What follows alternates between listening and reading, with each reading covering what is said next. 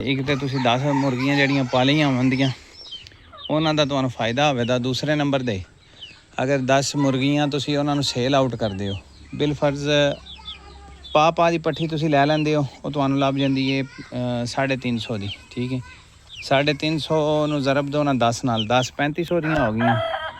ਅਤੇ 6 ਤੋਂ 7 ਮਹੀਨਿਆਂ ਬਾਅਦ ਅਗਰ ਤੁਸੀਂ ਉਹ 3500 ਦੀ ਇੱਕ ਵੀ ਵੇਚੋ ਨਾ, 3500 ਦੀ ਵੇਚ ਛੜੋ, 3000 ਦੀ ਵੇਚ ਛੜੋ, ਸਭ ਤੋਂ ਘੱਟ ਰੇਟ ਜਿਹੜਾ ਨਾ 2200-2500 ਰੇਟ ਜਿਹੜਾ ਉਹ ਲੱਗਦਾ। ਠੀਕ ਹੈ, 2200-2500 ਦੇ ਕੇ ਵੀ ਤੁਸੀਂ ਹਿਸਾਬ ਲਾਓ ਹਾਂ 10 ਨਾਲ ਕਿੰਨਾ ਬਣ ਗਿਆ, ਤਕਰੀਬਨ 3500 ਦੀ ਅਗਰ ਸੇਲ ਕਰੋ ਤਾਂ 35000 ਬਣ ਗਿਆ।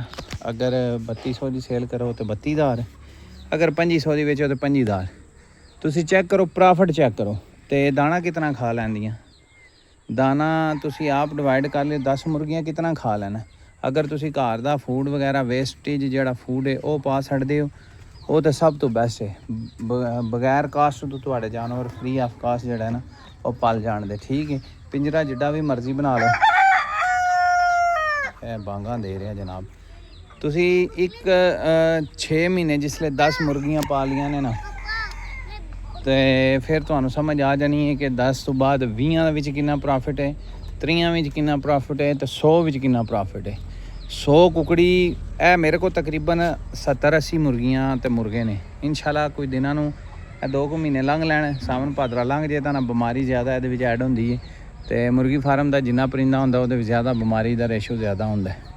ਇਹ ਨਿਕਲ ਜਾਣ ਦੇ ਇਨਸ਼ਾਅੱਲਾ ਵੈਕਸੀਨ ਵੀ ਕਰਾਂਗੇ, ਤੁਹਾਨੂੰ ਵੈਕਸੀਨ ਕਰਨ ਦਾ ਵੀ ਤਰੀਕਾ ਦੱਸਾਂਗੇ, ਅਤੇ ਨਾਲ ਤੁਹਾਨੂੰ ਤਰੀਕਾ ਇਹ ਵੀ ਦੱਸਾਂਗੇ ਕਿ ਇਹਨਾਂ ਨੂੰ ਵੈਕਸੀਨ ਕਿਸ ਟਾਈਮ ਨਾਲ ਕਰਨੀ ਹੈ। ਠੀਕ ਹੈ, ਵੈਕਸੀਨ ਕਰਕੇ ਫਿਰ ਤੁਸੀਂ ਬੇਫਿਕਰ ਹੋ ਜਾਣਾ, ਕੋਈ ਮਸਲਾ ਨਹੀਂ, ਕੋਈ ਪਰੇਸ਼ਾਨੀ ਇਨਸ਼ਾਅੱਲਾ। ਕੋਈ ਚੀਜ਼ ਕੱਟੇ ਵੱਡੇ ਨਾ ਜਾਂ ਕੋਈ ਖਾ ਨਾ ਲੈਣ ਐਸੀ ਚੀਜ਼ ਜਿਹਦੇ ਨਾਲ ਮਰ ਜਾਣ, ਅਦਰਵਾਈਜ਼ ਇਹਨਾਂ ਨੂੰ ਕੋਈ ਮਸਲਾ ਨਹੀਂ ਹੁੰਦਾ। ਠੀਕ ਹੈ, ਅਤੇ ਇਨਸ਼ਾਅੱਲਾ ਜਿਹੜਾ ਨਾ ਉਹ ਤੁਹਾਨੂੰ ਪਤਾ ਲੱਗੇਗਾ ਕਿ ਇਹਨਾਂ ਦਾ ਪ੍ਰੋਫਿਟ ਕਿਸ ਤਰ੍ਹਾਂ। ਅੰਡੇ ਜਿਹੜੇ ਨੇ ਉਹ ਬਿਲਕੁਲ ਫ੍ਰੀ ਤੁਹਾਨੂੰ ਲੱਭਣੇ ਨੇ, ਅਤੇ ਜਿਹੜਾ ਤੁਹਾਡਾ ਮਾਲ ਸੇਲ ਹੋਣਾ ਹੈ ਨਾ, ਅਤੇ ਸੇਲ ਮੁਰਗੀਆਂ ਦੀ ਜਿਹੜੀ ਹੈ ਉਹ ਮੇਰੇ ਤੋਂ ਬਿਹਤਰ ਤੁਸੀਂ ਜਾਣਦੇ ਹੋ ਕਿ ਕਿੱਥੇ ਹੋ ਜਾਂਦੇ। ਠੀਕ ਹੈ, ਇਹ ਵੇਖੋ ਮਾਸ਼ਾਅੱਲਾ, ਇਹ ਘਰ ਦੀ ਹੋਮ ਬਰੀਡ ਹੈ, ਕਿੱਡੀ ਪਿਆਰੀ ਜੀ ਪੱਠੀ। ਠੀਕ ਹੈ, ਇਹ ਤਕਰੀਬਨ ਆਹ ਤੋਂ ਜ਼ਿਆਦਾ ਅੱਗੋਂ 1 ਸਾਲ ਤੁਸੀਂ ਕਰ ਲਵੋ ਅਤੇ ਦੂਸਰੇ ਸਾਲ ਇਨਸ਼ਾਅੱਲਾ ਤੁਹਾਨੂੰ ਜਿਹੜਾ ਨਾ ਮਜ਼ੀਦ ਹੋਰ ਪਤਾ ਲੱਗੇਗਾ। ਉਹਨਾਂ ਕੁਕੜੀਆਂ ਵਿੱਚੋਂ ਇਹ ਚੈੱਕ ਕਰੋ ਜੀ, ਬੱਕਰੀਆਂ ਦਾ ਰੇਵੜ ਆ ਗਿਆ ਮਾਸ਼ਾਅੱਲਾ ਮਾਸ਼ਾਅੱਲਾ।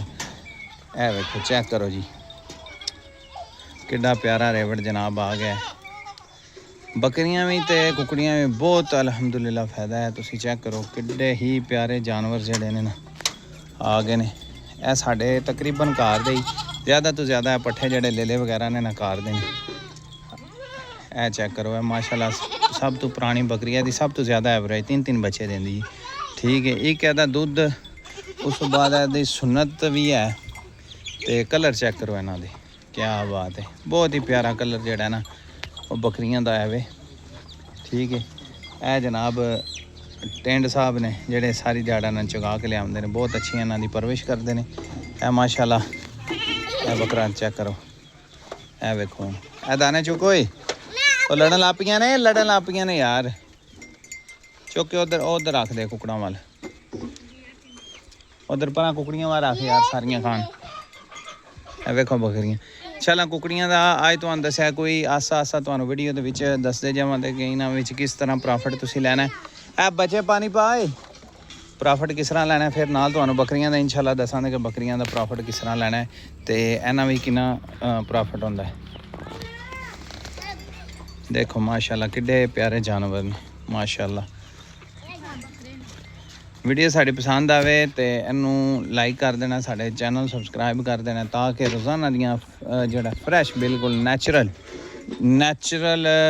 ਕੁਦਰਤੀ ਜਿਹੜੀਆਂ ਚੀਜ਼ਾਂ ਨੇ ਉਹ ਅਸੀਂ ਤੁਹਾਨੂੰ ਦਿਖਾਈਏ, ਜਿਹਦੇ ਵਿੱਚ ਜਨਾਬ ਮੇਰੀ ਕੁਦਰਤੀ ਹਵਾਵਾਂ, ਕੁਦਰਤੀ ਜਨਾਬ ਮੇਰੀ ਦਰਖਤ, ਕੁਦਰਤੀ ਜਗ੍ਹਾ, ਖੂਬਸੂਰਤ ਜਗ੍ਹਾ ਪਿੰਡਾਂ ਦੀਆਂ ਬਾਹਰ ਦੀਆਂ, ਇਹ ਤੁਹਾਨੂੰ ਅਸੀਂ ਜਗ੍ਹਾ ਨਾ ਦਿਖਾਈਏ ਇਨਸ਼ਾਅੱਲਾ। ਇਹ ਚੈੱਕ ਕਰੋ ਮਾਸ਼ਾਅੱਲਾ, ਇਹ ਵੀ ਚੈੱਕ ਕਰੋ ਮਾਸ਼ਾਅੱਲਾ। ਹੀ